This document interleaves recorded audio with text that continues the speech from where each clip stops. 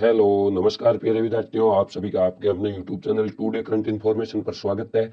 इस सेशन में हम जो आज आपके भूगोल का पेपर हुआ उसका संपूर्ण आंसर की देखेंगे। जो छोटे प्रश्न है उसके उत्तर हमने पिछली क्लास में देखे थे। इस क्लास में हम छोटे और बड़े सभी प्रकार के प्रश्नों के उत्तर देखेंगे। चलिए अपना सेशन शुरू करते हैं। इसमें जो पहला प्रश्न है, मानव भूगोल मानव समाज और धरातल के बीच संबंधों के संश्लेषित अध्ययन है, ये परिभाषा है रेड जेल। इसमें ऑप्शन बे है वो सही होगा। दूसरा है, एशिया का सर्वाधिक आबादी वाला देश है वो चीन है और भारत के उत्तरी पूर्व राज्यों में जो स्थानांतरणशील कृषि है उसको जूमिंग कहा जाता है। इसमें ऑप्शन ए है वो।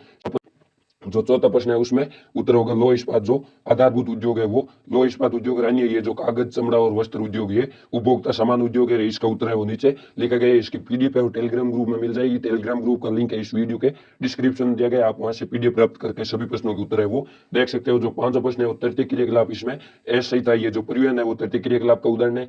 छठा प्रश्न है आधुनिक संचार का साधन। जो आधुनिक संचार का साधन है वो इंटरनेट है। इसमें ऑप्शन दे है वो सही था। सातवां प्रश्न है कौन से समुद्री मार्ग को वृहद ट्रंक मार्ग कहा जाता है। जो उत्तरी अटलांटिक समुद्री मार्ग है उसको वृहद ट्रंक मार्ग कहा जाता है क्योंकि ये विश्व का सबसे व्यस्तम समुद्री मार्ग है और विश्व का अधिकांश विदेशी व्यापार इसी से होता है। इसमें ऑप्शन से है वो सही था।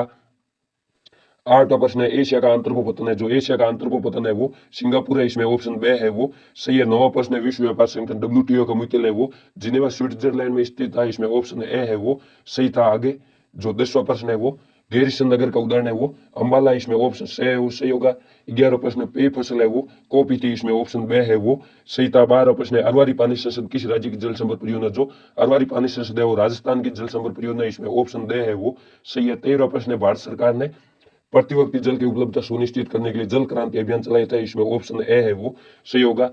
16वां प्रश्न है धात्विक खनिज कौन सा। जो तांबा है वो धात्विक खनिज है। इसमें ऑप्शन ए है वो सही था। यहाँ आपकी सुविधा के लिए नीचे उत्तर टाइप भी किए गए, आप वहां से देख सकते हो। जो 15वां प्रश्न है बॉक्साइट किस धातु का ऐसे जो बॉक्साइट है वो एल्यूमिनियम का ऐसे ये आपको विशेष रूप से ध्यान में रखना है। इसमें ऑप्शन बे है वो सही था।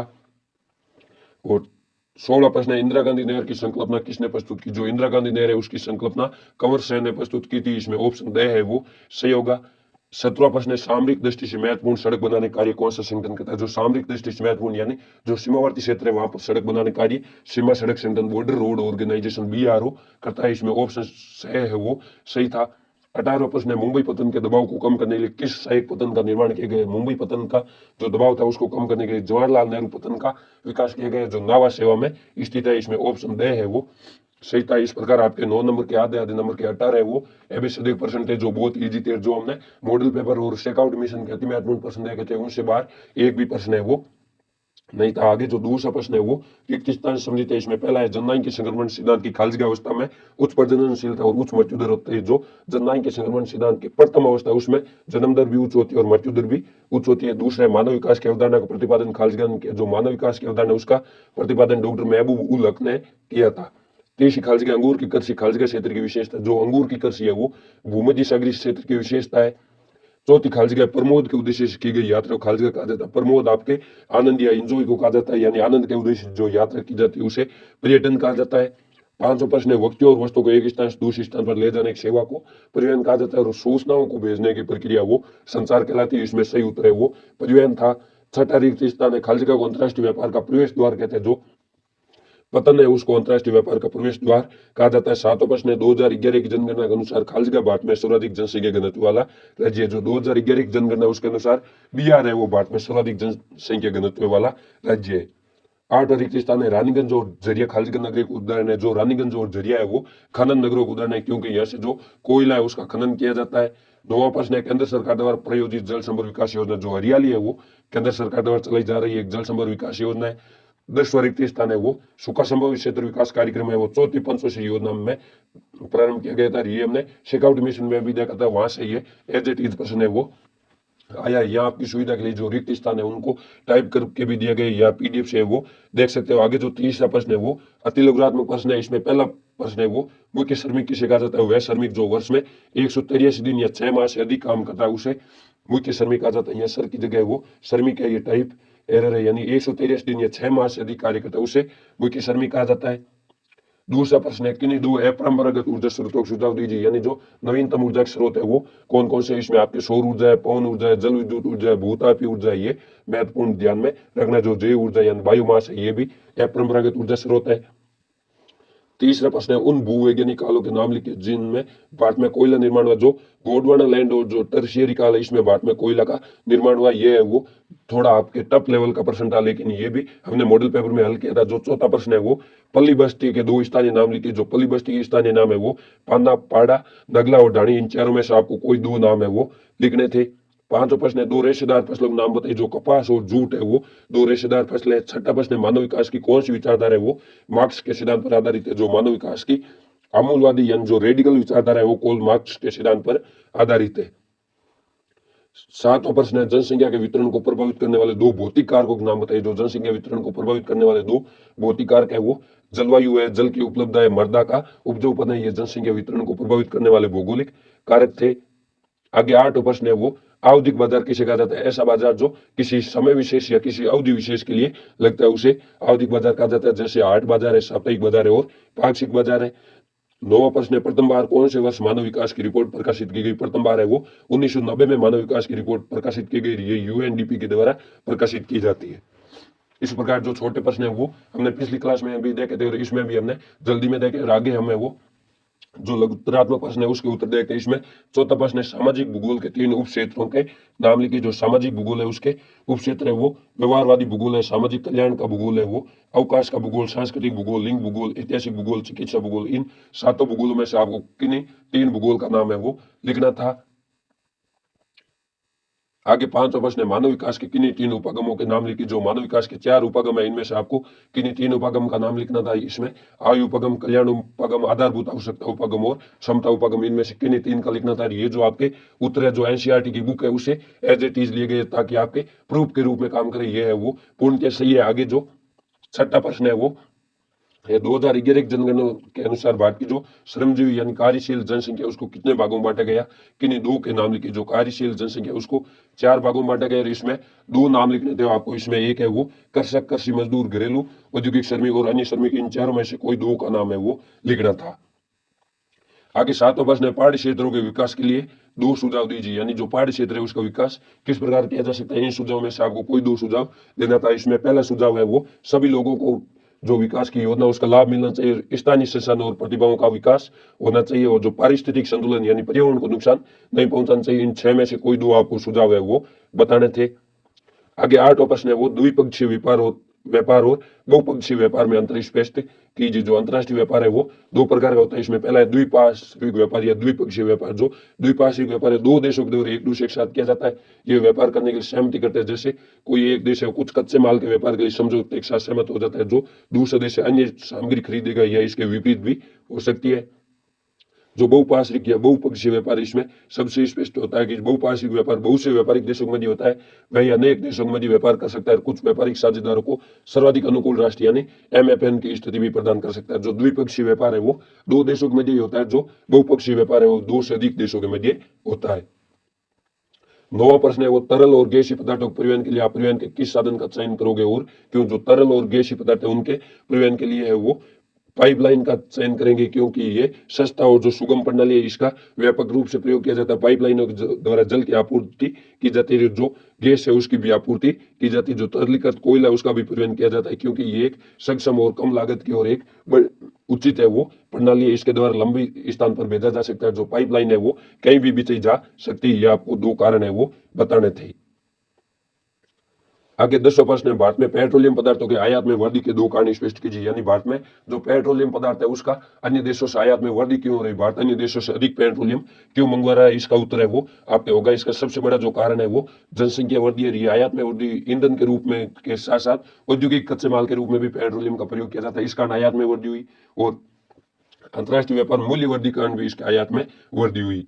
ये है वो पेट्रोलियम में वृद्धि का मुख्य कारण था। आयात है वो अधिक किया जाता है। आगे जो आपके 11वां प्रश्न है वो था जल प्रदूषण निवारण के 2 उपाय बताइए। यानी जल प्रदूषण को किस प्रकार रोका जा सकता है। ये आपकी समझ पर आधारित था। इसमें से आप देख सकते हो जो उद्योग है वो अवांछित पदार्थ नदियों और झीलों में छोड़ते हैं उनको ऐसा करने से रोका जाना चाहिए और जल को है वो फिल्टर करके ही उनमें छोड़ा जाना चाहिए। जो कृषिगत रासायनिक पदार्थ है युक्त जो पानी है उसको भी जलाशय में मिलने से रोका जाना चाहिए। जो सांस्कृतिक रूप से जल प्रदूषित होता है, जो फूल और अन्य वस्तु उगाई जाती है उनका भी है वो सीमित प्रयोग होना चाहिए या उन पर भी रोक लगानी चाहिए, यानी जल प्रदूषण को किस प्रकार रोका जा सकता है। आगे जो दीर्घ उत्तरीय प्रश्न था वो 3 नंबर का था, इसका उत्तर लगभग 100 शब्द यानी 8 से 10 लाइन में देना था। इसमें 12वां प्रश्न है वो विस्तृत वाणिज्य अनाज कृषि की 3 विशेषताओं को लेकर कीजिए। ये बहुत ही इजी प्रश्न था, जो ये अथवा में भी पूछा गया, आपको दोनों में से कोई एक है वो करना था। जो विस्तृत वाणिज्य अनाज कृषि है वो उसकी विशेषता है वो ये जो मध्य अक्षांश है उसके आंतरिक अर्ध शुष्क प्रदेशों में कृषि की जाती है। इसकी जो मुख्य फसल है वो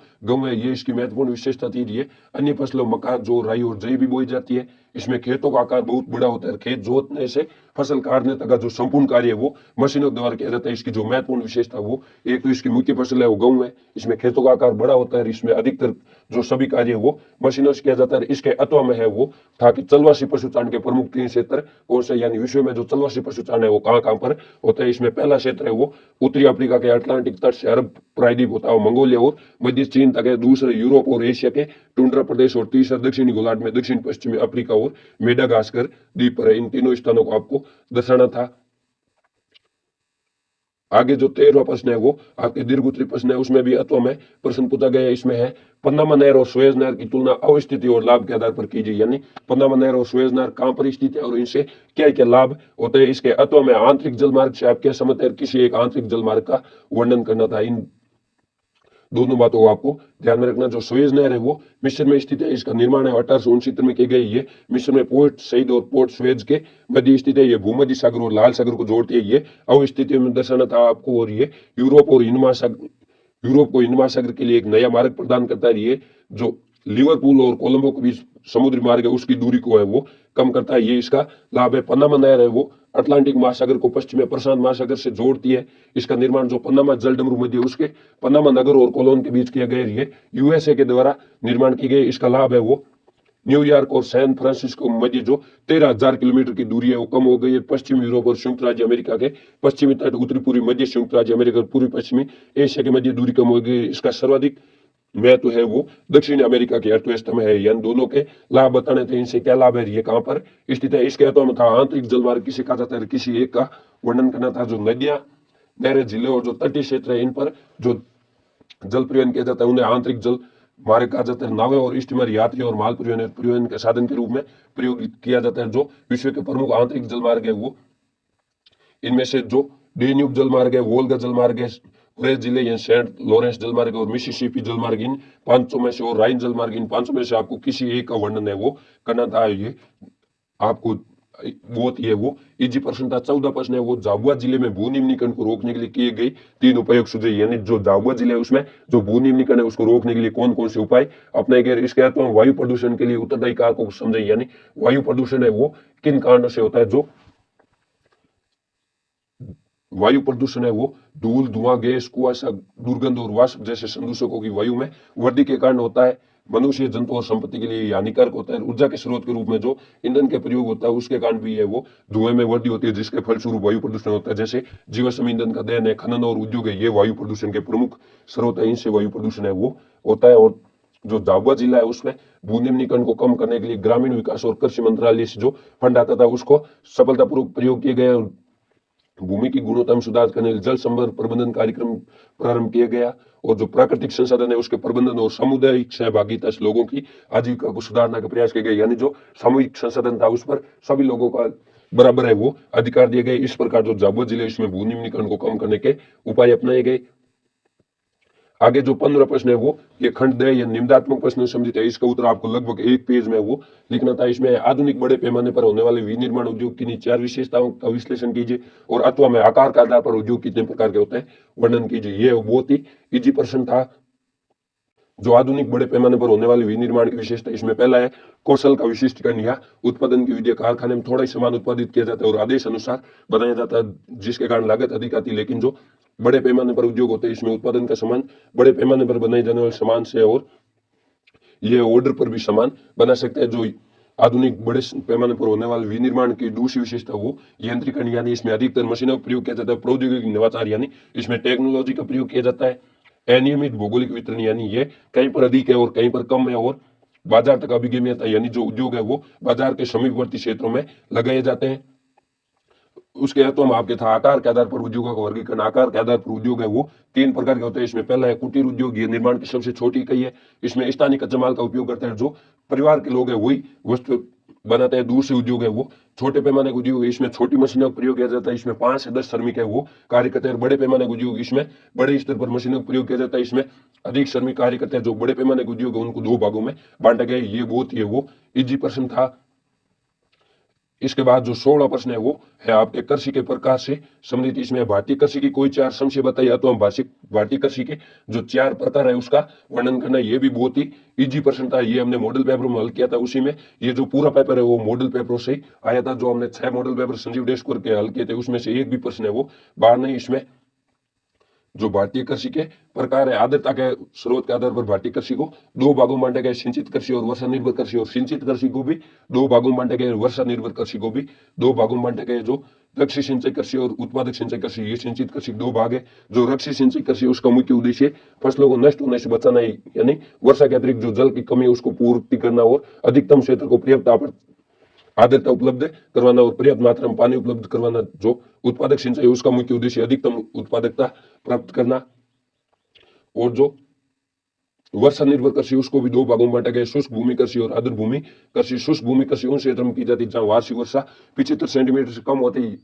इन क्षेत्रों में ऐसी फसलें बोई जाती है जो जिनमें कम पानी की आवश्यकता होती है। जो आर्द्र भूमि कृषि उन क्षेत्रों में की जाती है जहाँ वर्षा एवं पौधे की आवश्यकता से अधिक होती है। इसके अलावा में वो भारतीय कृषि की समस्या थी। इसमें पहली समस्या है वो अनियमित मानसून पर निर्भरता, यानी भारतीय कृषि है वो मानसून पर निर्भर। जो मानसून है वो अनियमित है। दूसरी निम्न उत्पादकता, भारतीय कृषि में उत्पादकता कम है। वित्तीय संसाधनों की बाध्यता या ऋणग्रस्तता, यानी जो वित्तीय संसाधन है वो कम है। भूमि सुधारों की कमी है। छोटे खेत और विखंडित जोत है, ये भारतीय कृषि की समस्या। वाणिज्यीकरण का अभाव भी भारतीय कृषि की समस्या। और व्यापक अल्प बेरोजगारी, ये भारतीय कृषि की समस्या। इनमें से आपको कोई 4 है वो समस्या लिखनी थी। आगे जो सेक्शन ई है वो मानचित्र से संबंधित था। जो मानचित्र है बहुत इजी आया। हमने जो एक 25 मिनट की मानचित्र की क्लास ली थी उसके जो प्रारंभिक 5 मिनट है उनमें से ये मानचित्र पूछा गया था। जिनको थोड़ा सा है वो ध्यान है वो मानचित्र ये आराम से हल कर सकते हैं। इसमें हवाई पतन दोनों में है वो विश्व और भारत के पतन पूछे गए थे। इसमें मुंबई है, शिकागो, सिडनी और लंदन, ये 4 पतन है वो पूछे गए थे। जो मुंबई है वो